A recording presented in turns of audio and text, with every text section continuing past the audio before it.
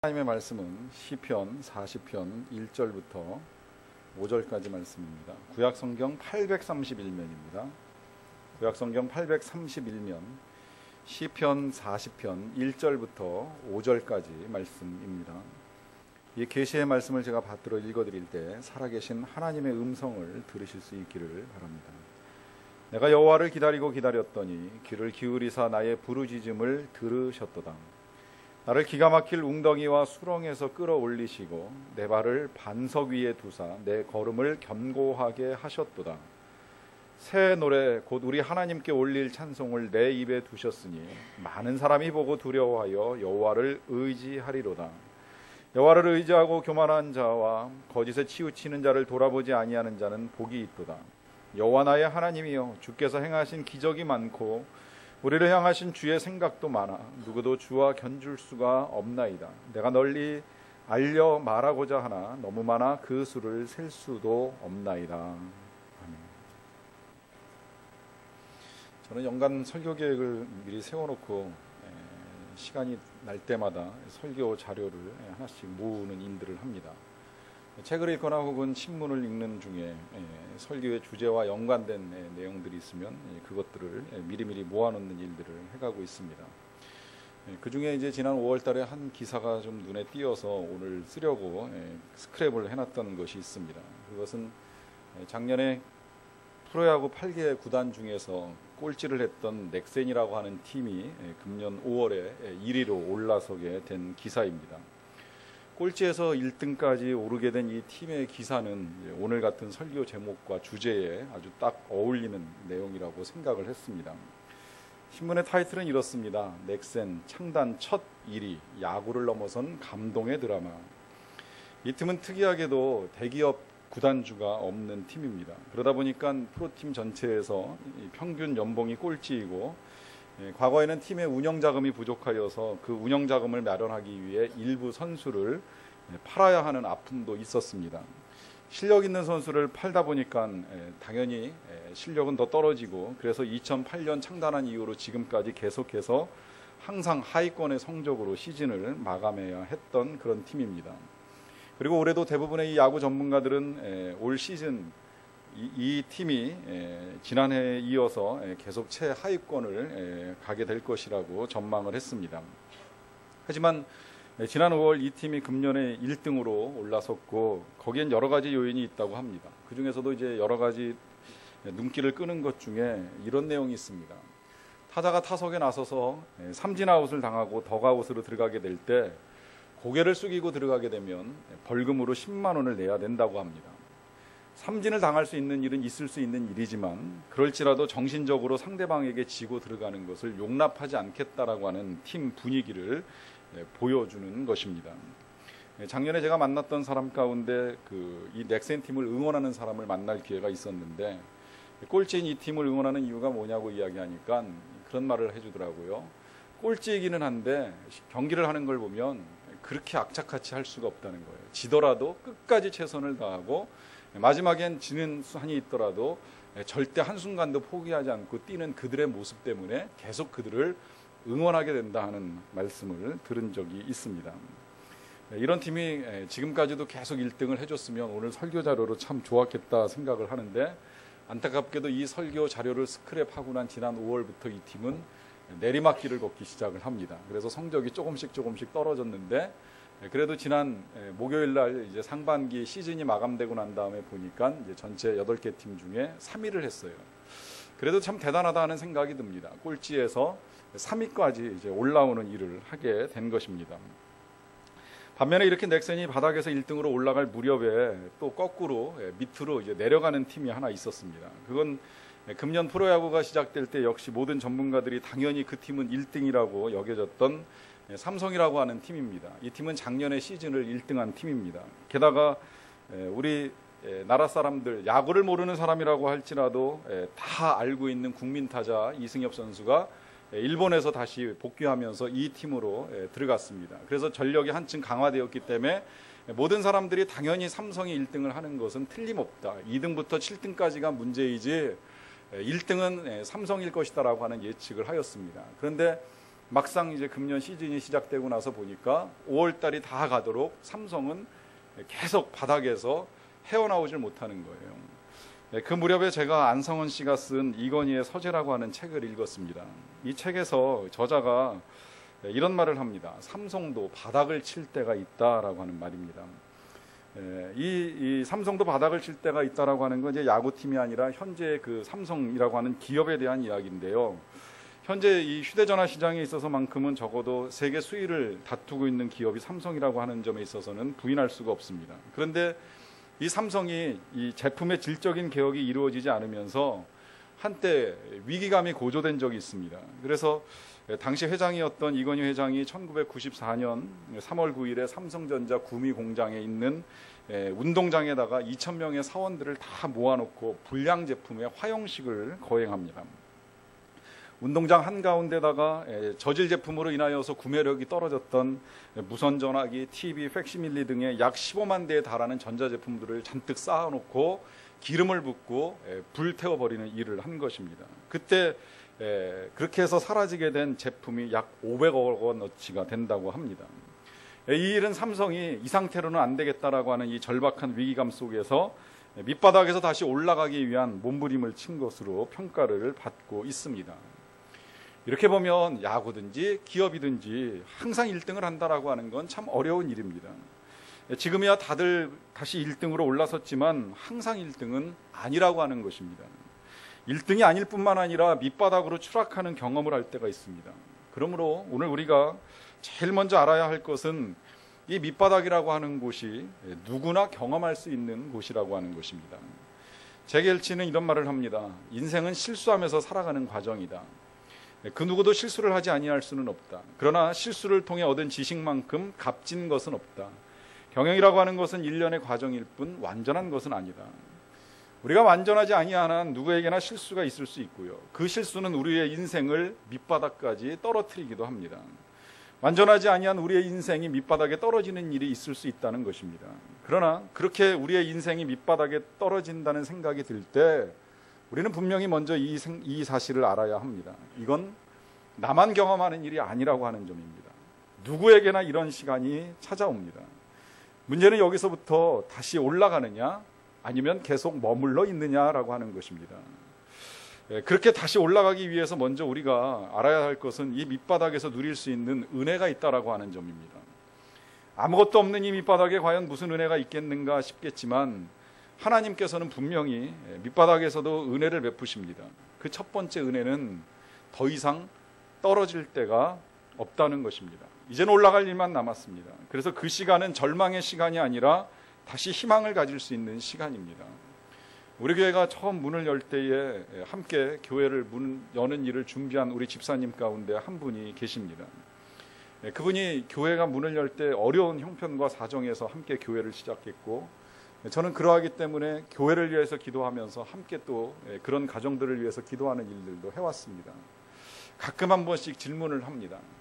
요새는 좀 어떠십니까? 요새는 좀 형편이 어떻게 되셨습니까?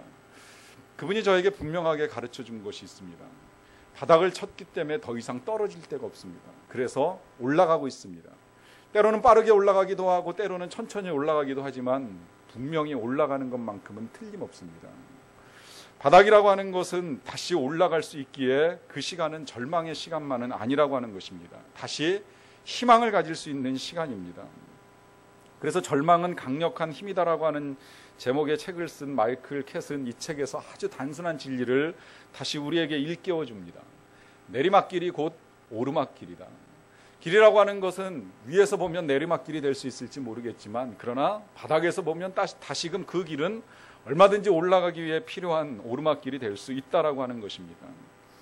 그래서 밑바닥에 머무는 시간은 새로운 도약을 위한 준비의 시간이라고도 할 수 있습니다. 야구 이야기를 한 가지만 더 하겠습니다. 현재 미국에서 유일하게 잘 나가는 우리나라의 야구 선수는 추신수 선수입니다.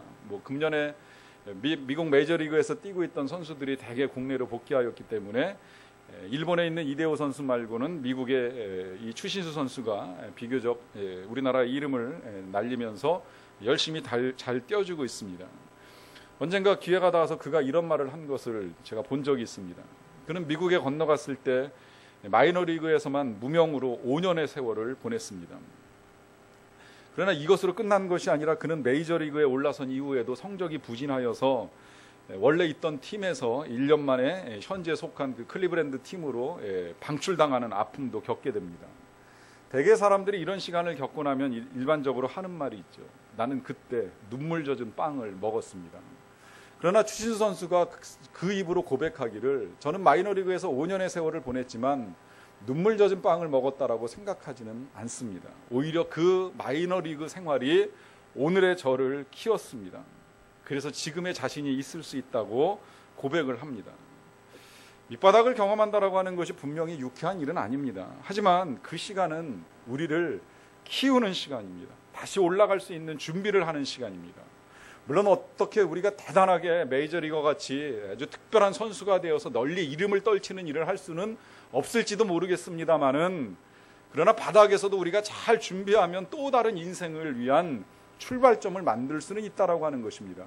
실제로 구로구에 있는 서울 남부교도소에서 지난 6월에 29명 재소자에 대한 특별한 면접의 시간이 있었습니다. 사실 이 교도소에 수용된 사람들의 가장 큰 어려움은 그 수감 기간을 끝내고 나면 다시 나와서 취업을 해야 되는데 이 전과가 붙어 있는 사람들이 취업을 한다라고 하는 것이 참으로 어렵습니다.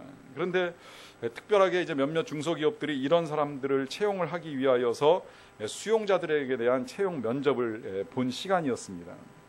이 날을 위해서 수감자들은 수감되어 있는 기간 동안에 하루에 9시간씩 낮 시간 동안 작업장에서 기술을 외우는 일을 했습니다. 그리고 밤에는 자격증을 따기 위해서 공부하며 책과 씨름을 했습니다. 이렇게 바닥에서 준비하는 시간을 가지고 난 다음에 그들은 기술도 가지고 또 자격증도 얻어가지고 이젠 출소하면 취업을 나가기 위한 준비를 마치게 되었습니다. 정말 바닷가도 같은 감옥이지만 그곳에서 새로운 인생을 살 준비를 마친 것입니다. 그러하기 때문에 밑바닥은 어떻게 사용하느냐에 따라서 우리의 인생을 바꿀 수 있는 좋은 기회가 될 수 있습니다. 우리는 성경에서 밑바닥을 경험한 대표적인 사람을 꼽을 수 있습니다. 그는 요셉입니다. 그는 실제로 또 삶으로 밑바닥을 다 경험했습니다. 실제라고 표현하는 건 그는 구덩이 밑바닥에 떨어져 본 경험이 있기 때문입니다. 형들에 의해 가지고 물이 없는 깊은 구덩이에 던져졌습니다.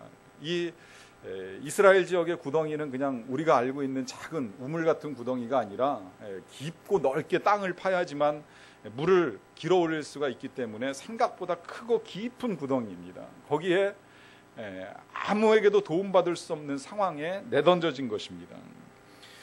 누군가 나타나서 그를 구해주지 아니하면 그는 계속 그 구덩이 속에서 시간을 보낼 수도 있었습니다. 그러나 때마침 상인들이 지나가는 바람에 그는 그 구덩이에서 올림을 받게 되고 이집트로 팔려가는 일을 겪게 됩니다. 그렇다고 해서 그의 인생이 올라간 것은 분명히 아니었습니다. 몸은 건짐을 받았는데 그는 그 순간 즉시 노예로 팔리는 신세가 되었습니다. 팔리기 전엔 상품이었습니다. 그러니까 한 사랑받는 아들에서부터 상품으로 또 상품에서 노예로 팔려가가지고 그는 계속 내리막길을 걷고 있었습니다. 거기에서만 끝나는 것이 아니라 나중에는 감옥도 들어가지요. 더 이상 내려갈 수 없는 인생의 밑바닥까지 내려간 사람이 요셉입니다. 그런데 어느 한순간 그는 그 밑바닥에서 올라옵니다. 그리고 그 감옥에서 나올 때 그의 인생은 총리라고 하는 신분으로 바뀌어 있었습니다. 그의 감옥살이는 인생을 바꾸는 기회가 된 것입니다. 우리는 삶의 여러 가지 상황에 놓일 수 있습니다. 재정의 밑바닥에 놓이는 경우도 있을 수 있고요. 건강의 밑바닥에 놓일 수도 있습니다. 사업이 쇠퇴하거나 혹 결혼 생활이 흔들리는 일도 있습니다. 자녀가 제멋대로 인생길을 가는 경우도 있고요. 그 밖에 여러 가지 관계로 인한 마음의 상처를 겪을 때도 있습니다. 상황은 다르지만 분명한 건 그 상황 속에서 우리가 어떤 태도를 취하느냐라고 하는 것이 우리의 상황들을 바꾸어 놓습니다. 우리에게 잘 알려진 작가 최인호 씨가 있죠. 그는 2008년 5월에 침샘암이라고 하는 암으로 발병이 되어서 지금까지 5년째 투병 생활을 하고 있습니다. 2010년에는 이미 의사에게 6개월이 남았다라고 하는 선고도 받았습니다. 작년에는 그 암세포가 이제 몸에 퍼지면서 가슴까지 전이 되었다라고 하는 진단도 받았습니다. 침샘에 문제가 생기다 보니까 침이 나오지 않고 않다 보니까 말하기도 어렵고 먹는 것이 어렵습니다. 게다가 목에 난 큰 혹이 기도와 식도를 막고 있습니다. 그래서 사람을 만나는 것도 좀처럼 하지 않고 있다고 합니다. 그런데 그는 그럴지라도 아직까지 계속 글쓰기를 하고 있고 최근에도 또 한 권의 신간서적을 출간했습니다. 그는 아무리 힘들어도 치열하게 글쓰기를 계속할 작정이라고 합니다. 그는 이렇게 말을 합니다. 내가 환자로는 죽지 않을 것이다. 그러나 작가로 죽을 것이다. 그는 최근에 가슴에 암덩어리가 진압되었다라고 하는 진단을 받았습니다. 생각이 상황을 어떻게 바꾸어 놓는가를 분명하게 보여주었습니다. 미국에서 오랫동안 의사 생활을 하는 어느 암 전문 의사가 미국의 암 환자들과 우리나라의 암 환자들을 이제 비교하는 일을 했습니다. 그는 31년 동안 미국에서 암 전문 의사로 일을 하였기 때문에 미국의 환자들과 우리나라 사람들의 차이를 좀 보았는데, 미국에서는 그 암 환자나 그의 가족들이 우는 것을 한 번도 본 적이 없다는 거예요.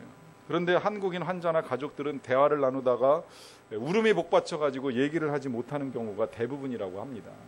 저는 이 부분에 물론 정서의 차이는 있다고 생각을 합니다. 미국 사람들의 정서와 우리나라 사람들의 정서가 다르기 때문에 환자를 보면서 눈물을 흘리는 일 있을 수는 있다고 생각을 합니다. 뭐 그 자체를 옳다 그르다의 문제를 가지고 이야기할 수는 없겠지요. 하지만 잘 들어보십시오. 이것이 환자에게 미치는 영향 때문에 드리는 말씀입니다. 그는 이런 말을 합니다. 미국인은 기본적으로 삶과 죽음은 신이 결정한다고 믿습니다. 그리고 병은 전적으로 의사에게 맡깁니다. 자신은 마음과 몸을 어떻게 다룰 것인가에만 집중을 합니다. 그래서 묵묵히 자신의 할 일을 합니다. 항암 치료를 받으면서도 회사에 출근을 합니다. 죽기 전날까지 일을 하는 경우도 봤습니다.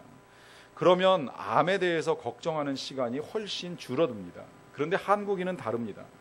암에 걸리면 일단 직장부터 그만둡니다. 그리고 하루 종일 암과 죽음에 대해서 걱정하기 시작을 합니다. 그것이 환자의 상태를 더 악화시킬 뿐입니다. 문제는 밑바닥에 있는 것이 아니라 그 밑바닥에서 우리가 어떤 생각과 태도를 취하느냐에 달려 있다는 것입니다. 그래서 의사 전도왕으로 알려진 이병옥 박사가요, 외과 수련의 과정 중에 자신의 생각을 이렇게 바꾼 이야기가 있습니다. 원래 이 외과라고 하면 의료계에서도 힘들고 더럽고 위험한 3D라고 이야기를 합니다.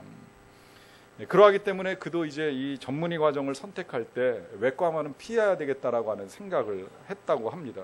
그런데 학교 측에서 또 교수님들이 꼭 이 전공을 해야 한다고 하는 제안에 따라서 이제 그 일을 하게 되었을 때 막상 그 일을 시작하니까 실제로 많은 전문의 과정 중에도 정말 이 일은 3D라고 하는 것이 틀림이 없다는 거예요. 데인저러스하고 디피컬트하고 덜티한 게 정말 이루 말할 수가 없다고 이야기를 합니다.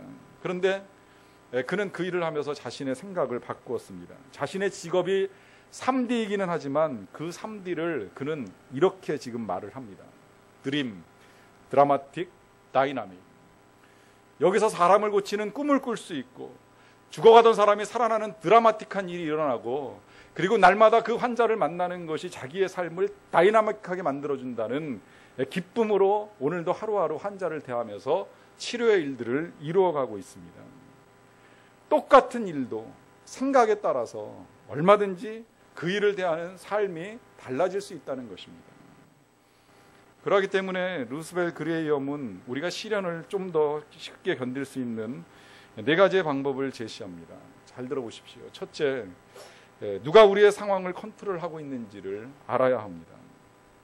두 번째로는 시련 중에 우리가 혼자가 아니라는 사실도 알아야 합니다. 그리고 세 번째는 이 시련 뒤에 하나님의 목적이 있음을 알아야만 합니다. 그리고 마지막 4번째로 이 시련을 통하여 다른 사람들을 더 많이 이해할 수 있게 됨을 알아야 합니다. 이 방법들은 우리가 같은 상황 속에서도 우리의 삶을 바꾸는 생각을 갖도록 도와줍니다. 첫째, 누가 이 상황을 컨트롤하고 있는지를 알자고 하는 거 말씀드렸습니다.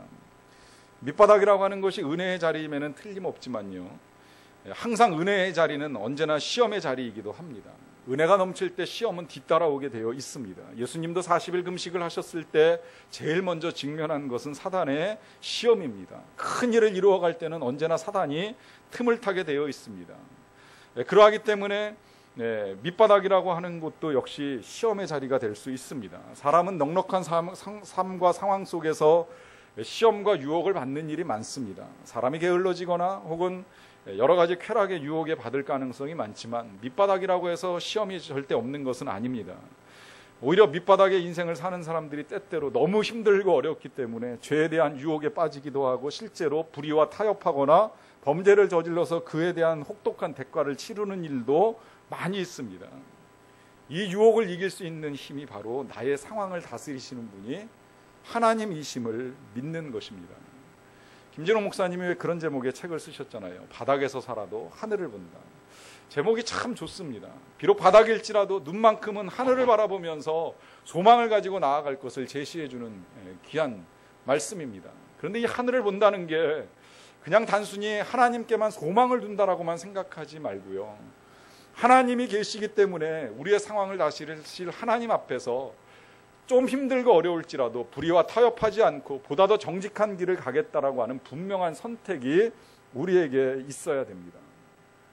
요셉은 죄 없이 팔려가 노예가 되었고 그 노예 생활 가운데 있었지만 그를 지켜준 것은 바로 이 생각이었습니다. 내가 이곳에 있을지라도 하나님은 나의 상황들을 다스리신다. 그래서 그는 보디발 장군의 아내의 유혹 앞에서도 흔들리지 않습니다.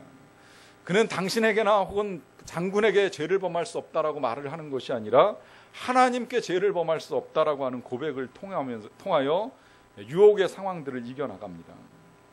하지만 요셉은 그 일로 인하여서 억울하게 감옥으로 들어가게 되었지요. 그렇다고 해서 그가 감옥 속에서 억울해하며 시간을 낭비하지는 않았습니다. 복수의 칼을 갈거나 자신을 그곳에서 내보내달라고 애원하지도 않았습니다. 그는 그곳에서 사람을 섬기고 관리하는 일들을 계속 하게 됩니다. 원래 이 일은 그가 이 노예 생활 중에 이제 해왔던 일들입니다. 그 일이 감옥에서도 지속되었습니다. 이 일이 아무것도 아닌 것처럼 보일 수 있겠지만 그러나 그는 그와 관계없이 그냥 그 주어진 일에 최선을 다했어요. 그래서 보디발 장군의 집에 있을 때는 가정 총무로, 감옥에 있을 때는 감옥 총무로 일을 합니다. 그러다가 감옥 문이 열렸을 때 그는 한 나라의 총무로 나라를 관리하는 일을 하게 됩니다. 하나님께서 함께 계심을 믿었기 때문입니다. 그리고 그 일을 통해서 그는 훈련을 한 거예요. 관리하고 다스리는 훈련을 한 것입니다. 사람을 돌아보는 훈련을 하였기에 나중에 쌓여진 그의 훈련은 이제 많은 백성들을 통치하는 총무, 이 총리로서의 역할을 감당하는 능력이 되었던 것입니다. 그래서 그가 감옥에서 보낸 시간은 밑바닥에서 낭비된 시간이 아니라 다시 올라갔을 때를 위한 준비의 시간이 된 것입니다. 그리고 그곳에서 사람을 돌보고 사람을 만나고 사람들을 대하는 일은 그가 인간관계 속에서 꼭 필요한 것이 무엇인가를 함께 터득할 수 있는 길이 되었습니다. 그래서 시련을 통하여 다른 사람들을 더 많이 이해하게 된다는 그 중요한 원리를 함께 깨우쳐 나갔습니다. 그래서 그는 후일에 형들이 찾아왔을 때에 그들의 상처를 함께 보듬고 그들을 이해하며 그들을 용서하는 일까지 담대하게 해나갈 수 있는 사람이 되었습니다. 이 모든 것들이 결국은 밑바닥에서 하나님을 만나기 때문에 이루어지는 일들입니다. 오늘 시편의 저자는 이렇게 고백을 합니다. 내가 여호와를 기다리고 기다렸더니 귀를 기울이사 나의 부르짖음을 들으셨도다. 이 시의 저자는 우리에게 잘 알려진 다윗입니다.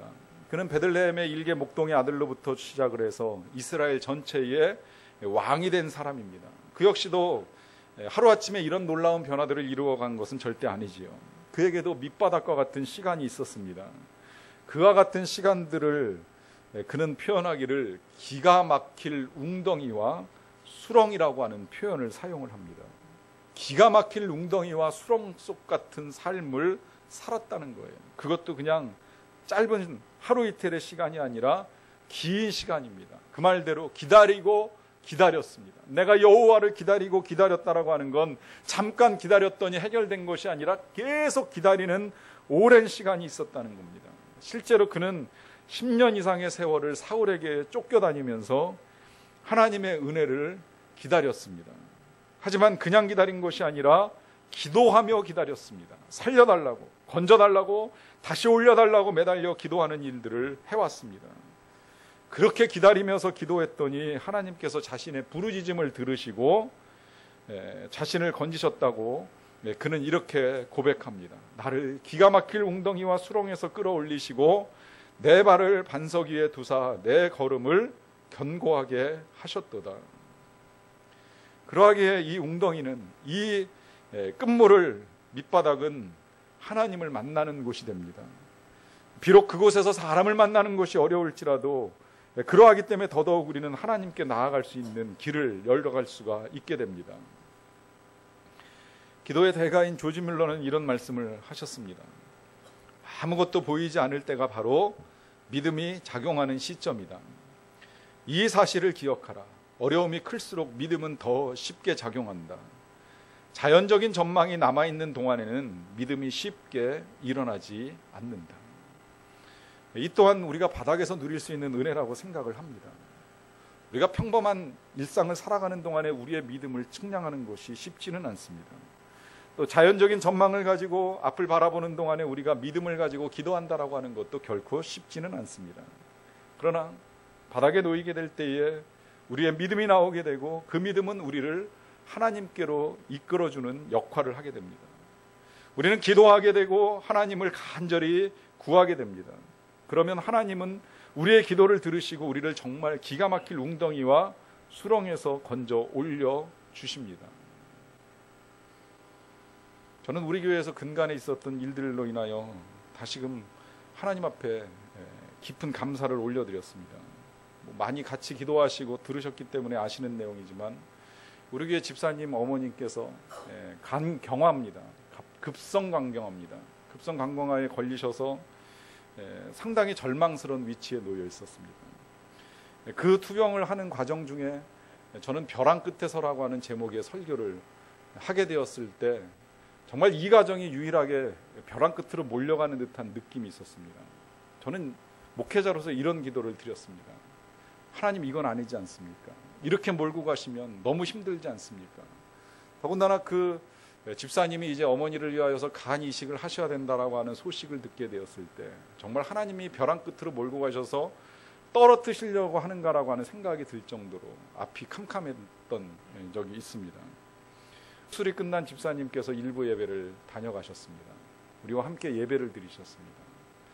그야말로 건강의 바닥을 치고 이제 회복하여서 다시 건강한 몸으로 함께 예배드리는 일을 할 수 있게 되었습니다. 이식을 받으신 어머님께서는 간이 조금씩 자라나고 있다라고 하는, 어머님은 회복이 되어가고 계시고 또 이식해 주신 우리 집사님은 간이 조금씩 자라가고 있다는 진단도 받으셨다는 말씀을 들었습니다. 그 수술을 앞둔 그 순간은 정말 오늘 말씀대로 기가 막힐 웅덩이와 수렁에 빠지는 것 같은 그런 경험의 시간입니다. 그렇지만 다시금 하나님께서 그 웅덩이와 수렁에서 건져 올리셨기에 이제 함께 나와 그렇게 건져 올리신 하나님을 찬양하는 일을 할 수 있게 되었다라고 하는 것입니다. 여러분, 이와 같이 우리의 인생에도 밑바닥은 있을 수 있습니다. 그렇지만 현재의 자리에서 우리가 할 일을 하고 우리의 생각을 바꾸고 우리가 하나님께 소망을 두고 기도하고 기다리는 가운데에 우리는 하나님께서 우리를 건져 올리시는 것을 보게 될 것입니다. 그날에 하나님께 감사와 영광의 찬송을 올릴 수 있는 저와 여러분들이 다 되시기를 간절히 축원합니다. 기도하시겠습니다. 사랑과 은혜가 풍성하신 아버지 하나님, 감사합니다. 때때로 우리의 인생이 내려갈 때가 있습니다. 끝모를 바닥으로 추락하여 참 마음이 답답하고 어려울 때도 있음을 고백합니다. 그러나 우리를 기가 막힐 웅덩이와 수렁에서 건져 올리시고 우리를 살리시고 우리를 세우시는 하나님이 이 모든 상황들을 통제하시고 우리와 함께 하시고 우리를 도와주시기에 진심으로 감사를 드리옵나이다. 때를 기다리며 오늘도 우리가 하나님 앞에 겸허하게 머리를 숙입니다. 때가 되면 너희를 높이시리라 약속하여 주셨사오니 오늘 바닥에서 주의 능력을 소망하며 기도하는 모든 주의 백성들 일으켜 세워주시고 건져주시사 약속의 말씀이 그들의 삶 가운데서 이루어지는 것을 보는 기쁨으로 충만하게 하여 주시옵소서. 예수님의 이름으로 기도하옵나이다.